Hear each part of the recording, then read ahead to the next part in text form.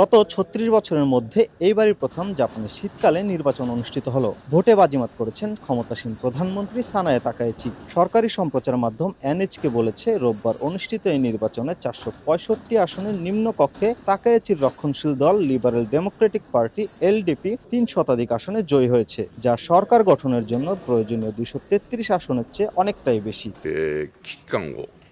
এবারের নির্বাচনে দুই বিরোধী দল সানসাইতো ও টিম মিরাই আসন সংখ্যা বাড়াতে সক্ষম হয়েছে। তবে সবচেয়ে বড় ধাক্কা খেয়েছে প্রধান বিরোধী দল সিআরএ। এমনকি দলটির একাধিক শীর্ষ নেতা নিজ নিজ নির্বাচনী এলাকাতেও তেমন সুবিধা করতে পারেননি।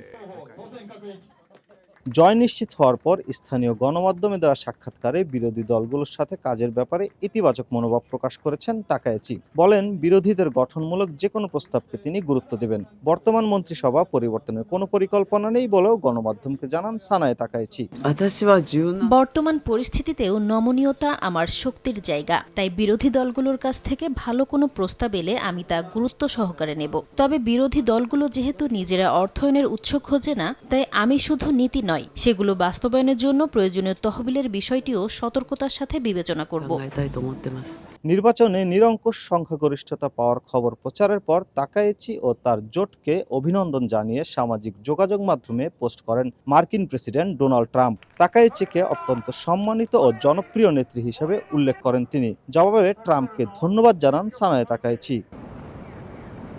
এদিকে জাপানে বসবাসরত প্রবাসীরা নতুন সরকারের কাছে ভিসা প্রক্রিয়া সহজ করা, ন্যায্য মজুরি নিশ্চিত এবং ড্রাইভিং লাইসেন্স ও প্রশাসনিক জটিলতা কমানোর প্রত্যাশার কথা জানিয়েছেন। খরচ অনেক বেড়েছে, ট্যাক্স কমলে আমাদের প্রবাসীদের জন্য জীবনযাপন আরেকটু সহজ হবে। যে সরকারি আসুক না কেন, বিদেশি শ্রমিকদের জন্য নিয়ম সহজ করলে।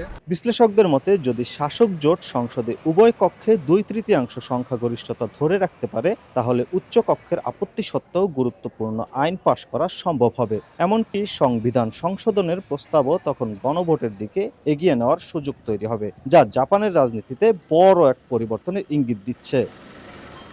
সব মিলিয়ে রাজনৈতিক বিশ্লেষকদের মতে সানায়ে তাকাইচি সরকার কার্যত ক্ষমতায় থাকার পথে। এখন শুধু অপেক্ষা সরকারি ঘোষণার, যা জাপানের রাজনীতিতে এক নতুন অধ্যায়ের সূচনা করবে। জাপানের টোকিও থেকে মোহাম্মদ শাকিল মাহমুদ, সময় সংবাদ, জাপান।